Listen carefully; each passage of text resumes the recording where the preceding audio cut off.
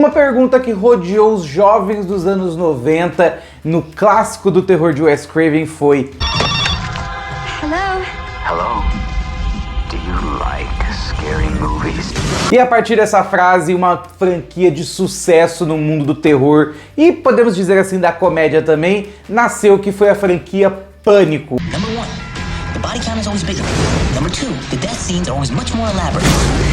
E aproveitando, né, que nós estamos na semana de estreia do 7º filme da franquia e também comemorando que agora em 2026 Pânico está fazendo 30 anos, trintou a franquia, tá? Primeiro filme de 96, caraca, quanto tempo foi o primeiro filme. E vamos aqui fazer uma recapitulação, contar aqui, eu vou falar dos melhores momentos que eu gosto, que eu não gosto, dos 6 filmes que foram lançados até agora, né? E o 7º estreando agora nos cinemas, eu vou trazer vídeo pro canal com certeza. Então vamos comentar aqui sobre a franquia Pânico, uma maravilhosa franquia de terror que eu gosto bastante, logo após a vinheta.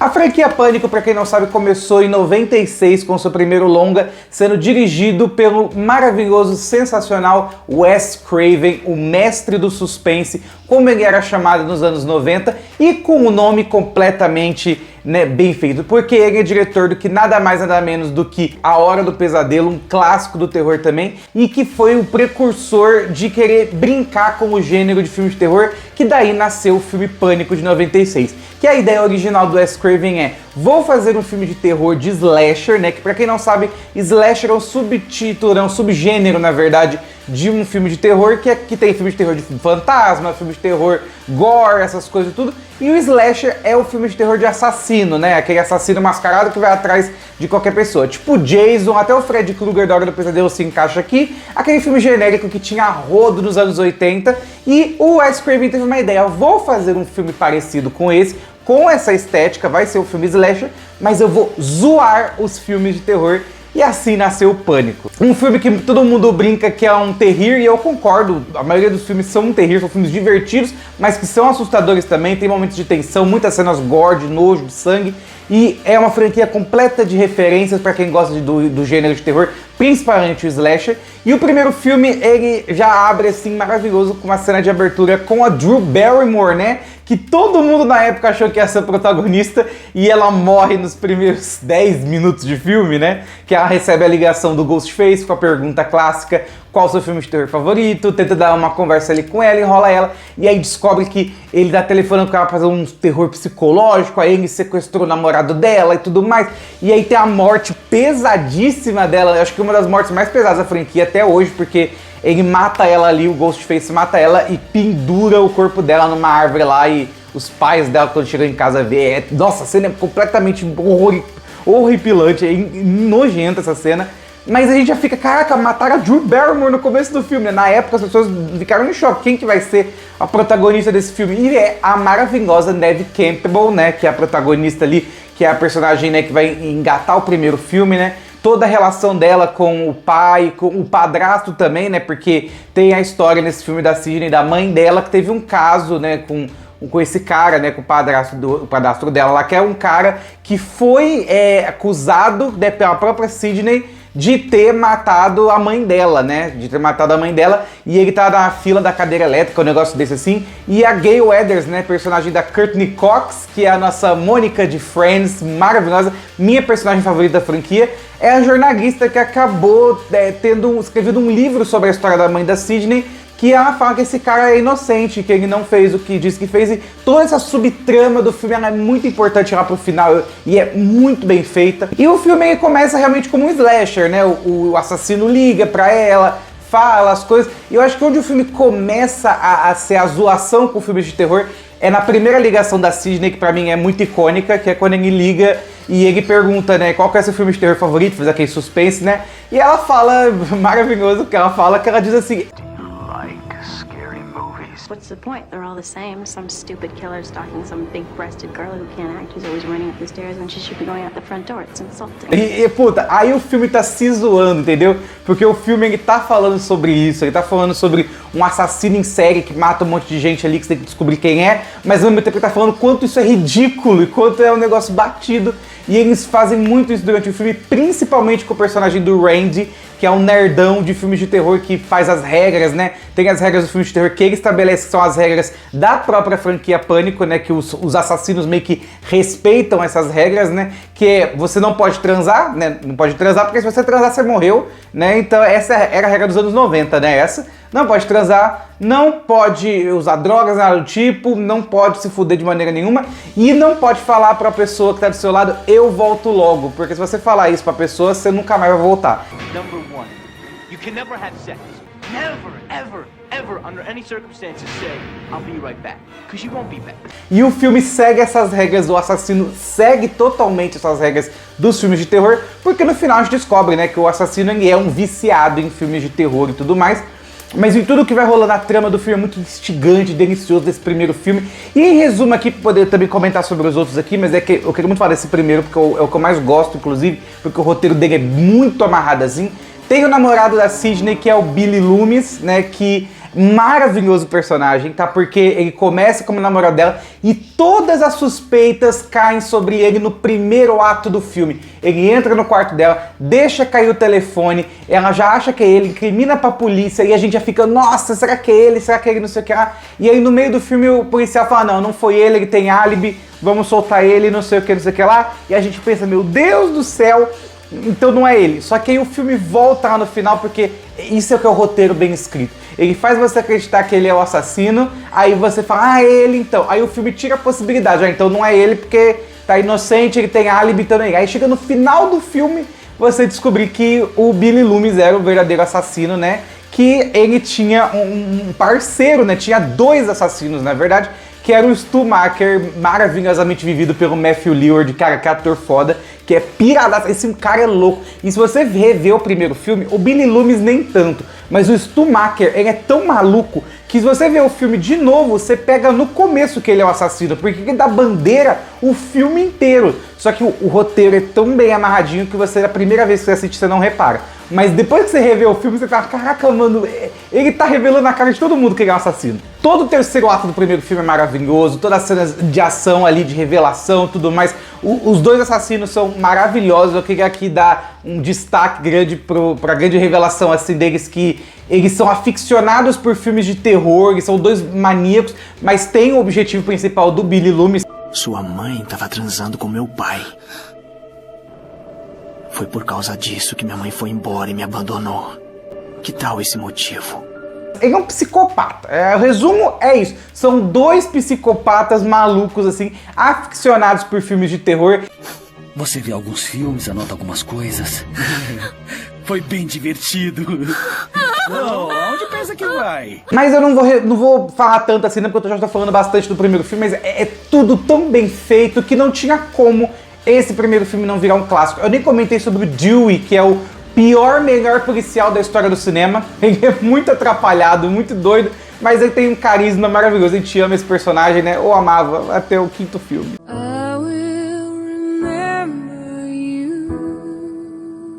E é claro que alguns anos depois o Wes Craven voltou e fez Pânico 2, e aí ele vai na metalinguagem de zoar os próprios filmes em cheio aqui. Eu não gostava tanto desse filme quando era mais novo, mas revendo agora eu gosto mais, porque ele já começa na metalinguagem, porque agora eles estão fazendo um filme sobre o primeiro filme. As pessoas viram essa história de assassinato e tudo mais e acharam, caraca, essa história é tão doida que dá um filme. Eles fizeram o Facada, né, que é o filme sobre o filme, né? E aí a Gay Weathers, ela também escreve o livro lá, né, os Assassinos de Woodsboro, e ela fica mega famosa por causa do livro e tudo mais.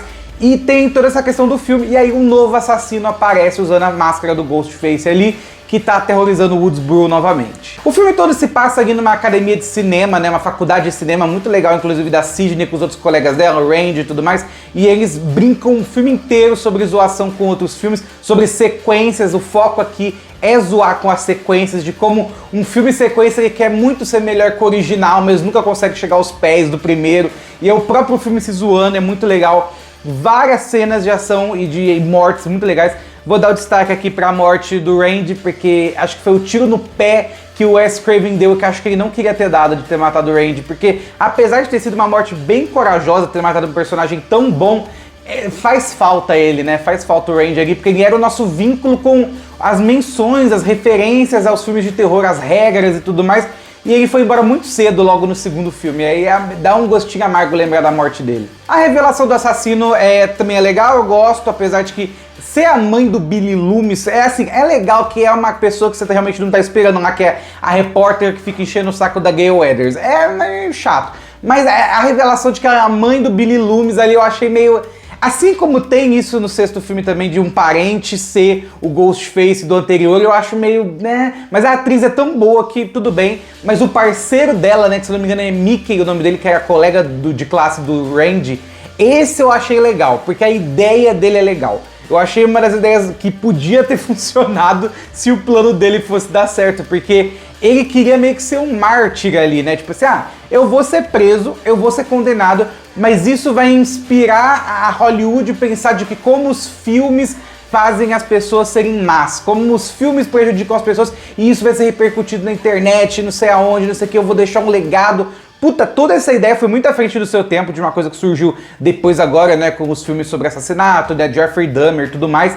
E toda essa discussão que o Wes Craven criou lá atrás com esse personagem muito legal, mas não dá muito certo porque a Norma Loomis dá tiro no Yang e trai ele e não funciona de nada ali. Aí que chegamos nos anos 2000, né, que foi quando o Wes Craven fez a promessa que ele não cumpriu, que foi: vou fazer uma trilogia, vão ser só 3 filmes, vamos fechar essa história? Vamos! E aí ele fez o Pânico 3. From suspense master Wes Craven comes the final chapter in the terrifying trilogy. Pra muita gente, o pior filme da franquia, eu concordo, mas eu ainda gosto. É o mais fraco de todos. Eu acho que o 6 é um pouquinho mais fraco. Mas é o mais fraco de todos ali em questão de roteiro e tudo mais. Ele é. E no final também eu vou chegar lá. Mas é bem mais fraco. A ideia, de novo, a ideia do Wes Craven é legal, ela é um pouco à frente do seu tempo também, que eles vão zoar de novo a indústria do cinema, mas dentro do cinema, né? O filme se passa em Hollywood, né? Tem toda essa base de Hollywood ali, e eles vão zoar sobre isso, né? Como que eles estão fazendo um novo filme Facada 3, né? E tem um assassino que tá matando as pessoas de acordo com o roteiro do Facada 3. Então a gente vai conhecer os atores que estão interpretando os personagens dentro do filme. É o filme dentro do filme dentro do filme. E essa ideia, no papel, ela é interessante, ela é legal. E toda essa questão ali, durante a descoberta deles, ali, tem muito mais cenas da Courtney Cox com o personagem do Dewey, e eu gosto dos dois, eles são um casal muito legal na franquia. Eu gosto das cenas ali, mas eu acho que o filme tem um roteiro meio truncado. O personagem do Patrick Dempsey também não fede nem cheira pra mim, apesar de ele ter sido um cara que eu desconfiei de ser o assassino e no final não era. Mas é ainda um personagem meio chato.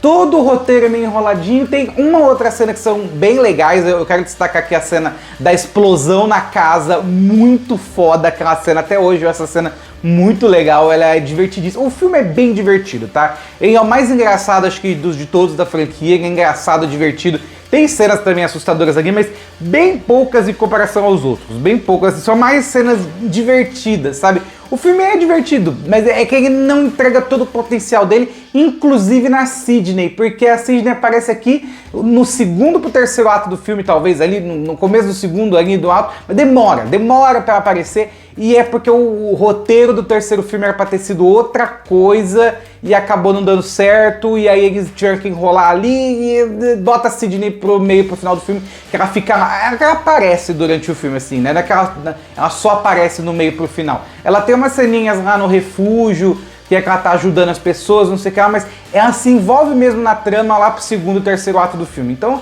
é meio jogado, sabe? Eu acho que não funciona tão bem. E o terceiro ato, que também não... Esse aqui foi o motivo... Eu tava divertido muito com o filme. Eu falei, não é tão ruim assim, até chegar o terceiro ato. Porque a revelação do assassino nesse filme não dá. Tipo assim, ele ser o diretor do Facada 3 e beleza, é inesperado. Vamos dar as honras que ele é o Ghostface que mais trabalhou, porque ele é o único que trabalhou sozinho. Beleza, mas chegar no final do filme aí tem aquele momento novela mexicana ridículo de não, eu sou o seu irmão, eu sou filho da mulher lá, da sua mãe, e que ela foi abusada por Hollywood. Cara, de novo, a ideia é boa. Tipo, a ideia no papel do Wes Craven é muito bom, porque tipo assim, A mulher, ele quer falar sobre o abuso de Hollywood, como os grandes diretores de Hollywood abusam das estrelas para usar a ambição delas de um modo sexual, né? Ele abusa da mulher lá, né, e tal. E ele queria se vingar do cara, né, e tudo mais. Todo esse plano ali deles, só que, tipo assim, na entrega não funciona. Porque a ideia você vê, nossa, tem um papo legal ali, tem um negócio diferente ali, mas, cara, é muito novelão mexicano. É muito novelão mexicano e não encaixa com o tom do filme. E olha que o filme é divertido, é um filme de terror, é um terror com comédia, mas mesmo assim, eu achei bem fraquinho. Esse é um Ghostface que eu realmente... Tem seus méritos ali, mas eu não gosto tanto dele, não. O filme tem várias cenas divertidinhas, legal, mas realmente é o mais fraco ali da franquia. Pra mim, não cola. Por quase mais de 10 anos, na verdade, a franquia ficou enterrada no cinema, não tinha mais filme de Pânico.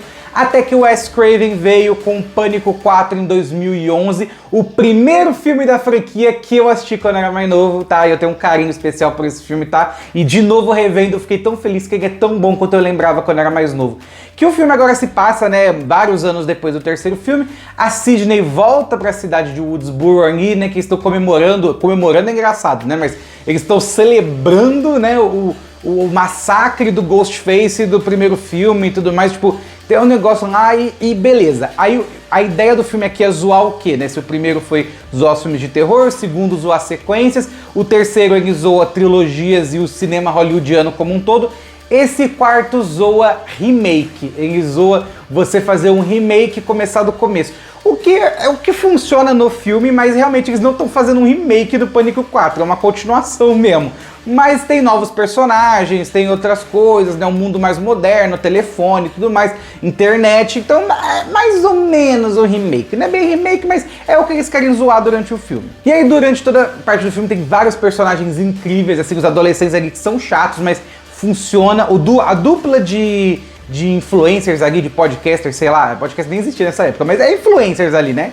Que eles filmam as coisas que são ficcionadas também por filmes de terror e tudo mais, e aí eles estabelecem as novas regras ali, né, que agora, né, as virgens podem morrer e tudo mais, porque é um novo século, é uma nova era e tudo mais. É bem divertido essa parte de atualizar o mundo como mudou de 2011 e de 96, sabe? Tipo, é legal toda essa parte aqui. A Courtney Cox também volta, o David Arquette, né, o Dewey também volta. Tá todo mundo ali, tá tudo bem feito. Tem a prima da Sidney, né, a Jill, que eu vou comentar dela daqui a pouco, mas toda essa parte de construção, toda essa parte do filme é muito bem feita. A direção do Wes Craven aqui estava afiadíssima, fotografia linda. Esse filme é muito legal. Ele tem uns tons meio escuros assim. O Ghostface sempre vê ele meio num tom mais pra baixo, sabe? Você vê que tá uma coisa mais preta assim quando ele tá perto. É muito foda.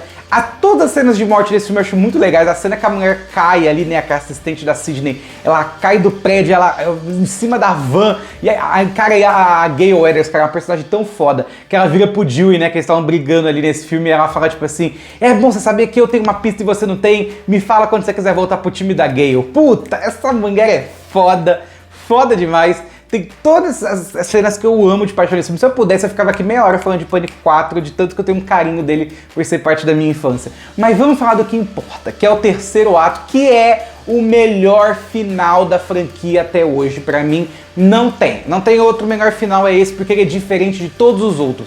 Porque a gente descobre quem são os assassinos. Eu acho que a revelação, ela é bombástica a primeira vez que você assiste. Mas ela não é só tão bombástica assim. Primeiro, o personagem lá de um dos caras lá do negócio de filme de terror é o assassino também, né? Que ele tá lá, só que tipo, caguei pra ele, ninguém lembra dele como Ghostface, mas ele é um dos assassinos, né? Mas tem uma cena, inclusive, que virou meme, e essa cena é maravilhosa, que é uma das personagens que agora eu esqueci o nome dela, gente, desculpa, eu esqueci mesmo, mas que ela volta lá no sexto filme, e ela é incrível, e ela responde o Ghostface daquelas perguntas que o Ghostface fala sobre filmes de terror, e ela é uma fã de filmes de terror, e aí ela fala um filme atrás do outro, pra uma dessas serem a resposta da pergunta dele. É muito boa, essa cena é muito engraçada. Diga o nome da refilmagem de um filme de terror em que o vilão... Halloween, Massacre da Serra Elétrica, Madrugada dos Mortos, O Retorno dos Malditos, Horror em Amityville, Aniversário Macabro, Sexta-feira 13, A Hora do Pesadelo, Dia dos Namorados Macabro, Quando o Estranho Chama, Natal Negro, A Casa de Cera, A Névoa, a Piranha. É um desses, não é? Eu acertei! E logo depois tem a revelação que o cara ali era o assassino. Ele é chato, eu não gosto dele. Eu não sei se... Eu não vou tanto com a cara do ator também. Eu não gosto muito do personagem. Eu acho que ele... né, é porque o outro Ghostface é tão mais incrível que ele fica de lado, que vamos falar, prima da Sidney de Ghostface, é maravilhoso. É isso sim, Wes Craven. Aí você aprendeu. É assim que se faz uma galhofa e não fica tão novela mexicana.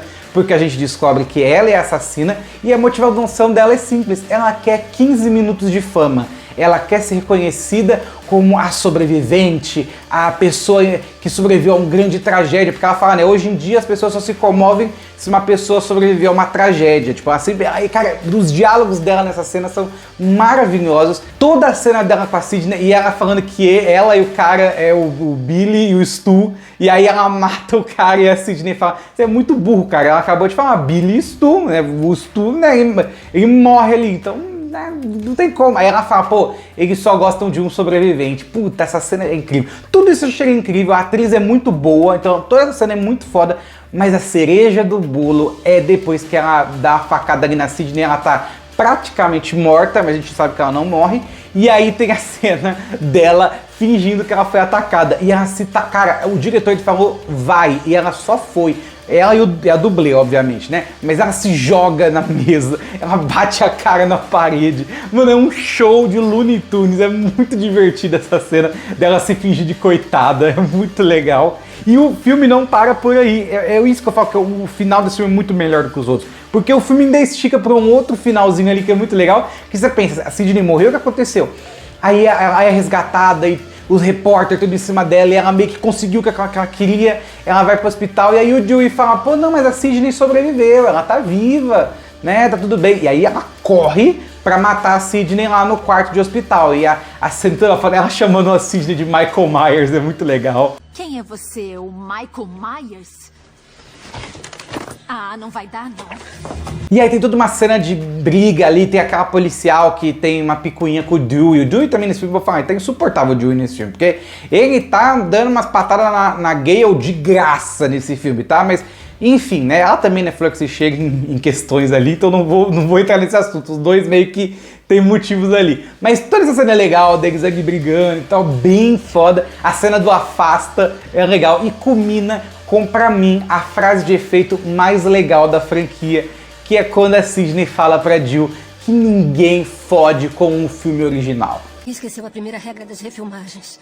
Não se destrói o original. Pô, uma frase de efeito coesa, fazendo sentido, metalinguagem, Wes Craven. E pra pôr o final mais maravilhoso aqui, que eu vou fazer um vídeo de melhores finais de filmes que eu já vi, e esse podia estar nessa lista talvez, porque eu acho essa ceninha final muito foda. Que é o que mostra que, apesar de tudo, dela ter morrido no final, a Jill, ela é a única Ghostface que ela conseguiu executar o plano dela. Ela ganhou no final do filme, porque mostra a cena dos repórteres lá fora falando que ela foi a única sobrevivente, que ela foi a heroína, que ela foi não sei o que, e aí a câmera corta com ela morrendo ali, deitada com um sorrisinho na cara ali, e ela conseguiu os 15 minutos de fama que ela queria antes de morrer. Então, ela meio que ganha no final do filme, né? É muito foda esse final, eu adoro o final desse filme.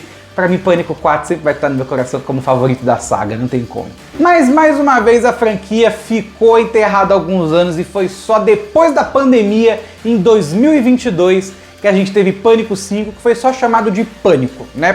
Porque eles pegaram a carona do Halloween, né? Que teve o Halloween remake, continuação, na verdade, né? Que só chamou Halloween, então eles botaram só Pânico. Eles mesmo, o próprio filme zoa com isso, né? Eles falam, por que não chama de Pânico de Facada 8, né? Não tem que chamar só Facada, é uma bosta. Mas enfim. E o filme aqui, né? O Pânico 5, que ele zoa, né? Nesse caso, porque sempre todo filme tá zoando alguma coisa.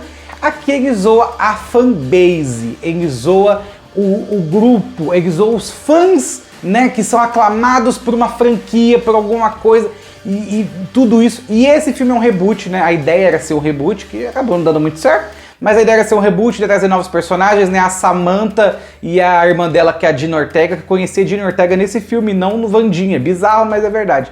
E então traz as irmãs novas ali, e a Samantha é filha do Billy Loomis, legal, ela tem umas visão maluca. O filme é muito bem dirigido, tá? O Wes Craven já tinha morrido quando lançou esse filme, mas o filme é mega bem dirigido também, é sensacional, as cenas de ação são boas, de terror. Eu acho que esse filme tem muito mais cenas de terror do que é engraçado. Ele tem momentos divertidos, engraçados, mas ele foca bem no terror, no gore, e é muito bem feito, as cenas assim, muito fodas mesmo. Tem todas umas cenas ali bem feitas, legais, o Dewey nesse filme tá muito maneiro, então eles juntam os personagens antigos com os novos, e o próprio filme zoa com isso, né, de juntar personagens legado com os personagens antigos e tudo mais. A Sidney demora pra aparecer nesse filme, mas nesse caso eu entendo, porque o filme era pra apresentar uma nova audiência, novos personagens e meio que se despedindo dos veteranos, o que acabou não acontecendo, né? Mas o filme é muito legal, tem várias cenas maneiras ali, até o terceiro ato, que é muito bom também. E eu quero comentar rapidinho aqui do terceiro ato, porque o filme, eu não falo muito do quinto filme, porque tem muita coisa foda também. Tem a morte do Dewey, né, eu queria falar aqui, muito emocionante, tá? Muito triste. A gente sente esse peso dessa morte depois que acompanhou todos os outros filmes, então dói.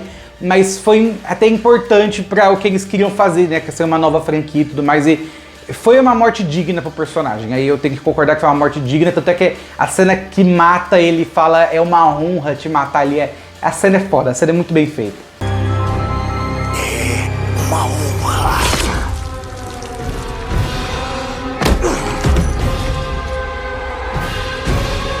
Mas o terceiro ato, na cena da casa do Stumacher com os amigos ali da Jenna Ortega, inclusive uma das amigas é a menina que eu desses novo elenco a que eu mais gosto, que ela é sobrinha do Randy, ela tem fanatismo nas coisas do tio, nas referências, e ela vira o Randy dessa nova franquia. Eu gosto dela, ela é engraçada, ela é legal. Então, tipo, tá tendo essa festa na casa do Stumacher ali, e a Sidney tenta ir lá atrás junto com a Gay Weathers pra salvar ela e tudo mais. E aí a parte que importa desse filme pra mim, de novo, a revelação do assassino, que é muito boa, muito rápida, mas é chocante, que a Amber, né, a cena que a Amber se revela assassina é muito legal. Vai a merda, Amber! Eu não sou a porra da assassina! Eu sei. Bem-vindos ao ato 3. Corre! Pô, a Nora, eu vou te falar, filha, desculpa, nada contra você, tá? Mas assim, você merecia o Oscar por esse filme e não por a Nora, por questão de a Nora ser um filme merda e esse filme não ser merda. Porque aqui você tá mandando muito bem também. Que ela manda bem, não vou mentir, ela manda muito bem nesse filme, assim, a Amber, psicopata, maluca ali, e o plano dela é com o James Quaid, eu esqueci o nome desse cara aqui, desculpa, é o cara do The Boys, né? Que ele também é o outro Ghostface. Mas aí, caguei. A mesma coisa do Pânico 3. Ele ser o Ghostface, eu caguei. Ele é chato, não gosto do personagem, desculpa, não gosto. Mas a ideia deles é que eles se conheceram no fórum online e eles são os fãs que odiaram o último Facada. E eles queriam criar o próprio filme, né? Fazer o próprio filme Facada ali, né? Fazendo com que a personagem seja a filha do Billy Loomis, seja assassina nova e tudo mais, não sei o que lá. E isso é uma ideia muito legal desse filme, porque a ideia dos fãs nem sempre é tão boa assim, né? Porque a ideia deles era um filme genérico do genérico, o que, vamos falar a verdade, o Pânico 5 não é genérico na questão de zoar com os filmes genéricos, né? Ele é genérico de um certo ponto, mas ao mesmo tempo ele não é, porque ele zoa com ele próprio, então ele não é tão genérico assim. E eles querem fazer um filme novo, porque o último foi uma bosta, e eles falam, as pessoas põem a culpa nos fãs, da fanbase, e não sei o que lá, mas a gente que faz os filmes, a gente que luta por tudo, então é uma zoeira com os fãs de Marvel, DC, de tudo, né? Da gente, eles zoam a gente, né? E eles viram um doido psicopata. E, puta, é muito boa a cena de final, toda a correria ali, a morte da Amber é sensacional. Eu gosto da dualidade ali da personagem principal ali, dela ser a questão de, ela é psicopata mesmo porque ela é filha do Billy Loomis, ela não é, isso volta no sexto filme, mas é um negócio legal, mas pra mim acho que nunca anda o tanto que podia andar e nunca dá uma resposta. Então fica ali. Mas ainda assim, Pânico 5 é um filme muito bom, tá? Deu uma volta pra franquia, tanto que um ano depois teve um próximo que foi o Pânico 6. Pânico 6 foi aquele tipo de filme que eu vi no cinema, eu gostei mais dele quando eu assisti a primeira vez, tá? Eu gostei muito mais dele quando eu vi a primeira vez. Ainda gosto de várias coisas ali, principalmente as cenas de morte, acho que tem umas bem legais. Mas eu ainda acho o filme meio fraco. A ideia dele toda era se passar em Nova York e ter umas coisas ali diferentes. Até tem, né? Diferente dos outros filmes ali. Mas a trama, ela funciona, mas eu não achei ela tão instigante quanto os outros. Eu acho que o filme é um pouco longo demais, ele se estica. E a revelação dos assassinos eu acho muito fraca comparada aos outros. Eu acho bem fraca, eu vou chegar lá. Mas toda a relação deles ali atrás do Ghostface, eu gosto do negócio de as pessoas estão achando que o que aconteceu no último filme foi culpa da Samantha, da personagem principal, porque ela é filha do Billy Loomis, não sei o que lá, eles vazam o negócio tudo na internet, não sei o que, né? Tanto é que a gente descobre no final que foram os caras lá que vazaram tudo. E beleza, aí tem todo o lance do Ghostface atrás deles e tudo mais. A Gale Weathers sendo escrotinha como sempre. Tem umas coisinhas, a Sidney não aparece nesse filme, né? Porque ela queria um cachê maior e a Paramount não quis pagar. Sacanagem, Paramount, tá? Tanto é que tiveram que voltar com ela agora quando não tiver escolha. Bem feito. Bem feito! Bem feito pra ele! Aí tem umas cenas bem legais, eu vou falar da melhor cena do filme pra mim, que é a cena que eles passam entre os dois prédios ali com a escada. Essa cena é muito foda, talvez a melhor cena do filme, é muito tensa, essa cena é tensíssima. Eu fiquei no cinema grudado na cadeira, é muito bom mesmo. E a morte da menina lá dói também, é porque ela era namorada da menina lá que é sobrinha do Randy. Dói, aquela cena dói. A ideia do santuário lá dos Ghostface é um fanservice. Eu vou falar que é um fanservice desnecessário. Porque assim, o negócio que era descobre depois, né? Que era do The Boys lá, do menino The Boys. Era dele todo o santuário dos Ghostface, porque o pai dele comprou o negócio, não sei o que lá, né? Não é um fanservice, vai. É uma desculpa de roteiro pra ser um fanservice e mostrar todas as outras coisas dos outros filmes. Inclusive a personagem lá do quarto filme que volta aqui, que é uma das melhores coisas desse filme. Ela é muito boa mesmo. 10 anos depois ela continua na personagem, ela é muito legal. Eu queria mais dela, não sei se ela vai aparecer agora no sétimo, não sei, não vi nada sobre, mas ela é muito boa. E a revelação final, que é o policial é o Ghostface. E aí ele é pai do... A mesma coisa que eu falei do terceiro filme. Ele é pai do assassino do filme anterior. Ah, mano, não é muito clichêzão. Aí eu não gostei muito, não. Ah, ele é pai do Rich, aí... E aí os dois que era filho dele, que a gente não sabia até então que era filho dele. Um deles eu até gosto, que é o menino que é o Avatar, lá, o menino que faz Avatar, né, o Jack Champion. Ele é um dos assassinos e é legal, porque eles zoam durante o filme que ele pode ou não ser o assassino, por ele ser o nerdão mais lerdo do grupo. E então foi legal descobrir que foi ele. Aí o negócio da filha que dá a entender no meio do filme que ela morreu, né, mas ela não morreu porque, né, o cara encobriu o corpo dela. Uma desculpa de roteiro inacreditável que o cara em 20 minutos conseguiu encobrir a morte da própria filha, mas tudo bem. Tá legal, o cara é policial de Nova York, era delegado, sei lá, de Nova York, mas a mulher que é do FBI não conseguiu descobrir. Mas tudo bem, vamos passar um pano, porque é um filminho de terror, de comédia, então vamos passar um paninho, beleza.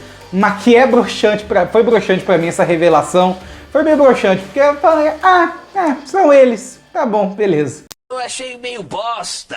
Tanto é que eu vou falar, eles quebram a magia dessa revelação quando o policial liga pras meninas e fala assim, não, eu descobri que porque eles tentam botar a culpa na menina do quarto filme, não, porque ela não sei o que, ela não foi no seu, da onde, ela não tá mais no FBI, então pode ser ela. Nessa hora eu falei, é ele, não é ela, porque não tem como ser ela, seria muito burro do filme botar a mulher lá do quarto filme que passou tudo aquilo lá pra voltar de novo pra franquia e ela ser assassina, não faz o menor sentido, então era ele. Aí o filme quebra, nessa hora o filme deu uma quebrada ali legal. A cena da Samantha matando ele como o Ghostface com a roupa do Billy Loomis é legal, é divertida, tem um peso ali. As cenas de ação são maneiras, como eu falei. Todo o ato final ali eu gosto do cara que é namorado da Samantha, ela tem um pouco de cisma com ele. E o filme faz bem essa parte aqui de você também ter cisma com ele. Mas no final ele ser um cara legal, assim como tem no Pânico 2, inclusive, o cara que era namorado da Sidney, que era um cara legal também. Só que ele morre no final e nesse ele não morre, né? Inclusive, caraca, essa foi... Não tiveram coragem de matar o moleque lá que era namorado da Jenna Ortega. O cara toma um monte de facada e no final, não, ele tá vivo. Aí ele dá desculpa, como é que você tá vivo? Ele, nós somos o quarteto foda. Ah, mano, pelo amor, filme, pelo amor de Deus, tudo tem limite, né? Tudo tem limite. Puxa, não tem mais pano pra eu passar pra isso. Bosta! Eu tô falando aqui mal de várias coisas do Pânico 6, mas eu gosto, é divertido, é um filme legal, não é um dos meus favoritos, assim, junto com o 3, ele é bem fraquinho pra mim, mas eu estou curioso pra esse novo filme que vai lançar essa semana, porque vai ter Sidney de volta com a filha dela e o Ghostface que tem ligação com o passado. Outra vez? Eu estou curiosíssimo pra esse novo filme, vou assistir na pré-estreia e em breve vai ter vídeo pra vocês aqui no canal, beleza? Então é isso, espero que tenham gostado desse resumão em comemoração a 30 anos dessa franquia que eu gosto tanto, Pânico. Deixa nos comentários seus momentos favoritos da saga, o que você gosta, o que você não gosta. Se inscreve no canal, deixa o like, um beijo, até a próxima, valeu e tchau, tchau!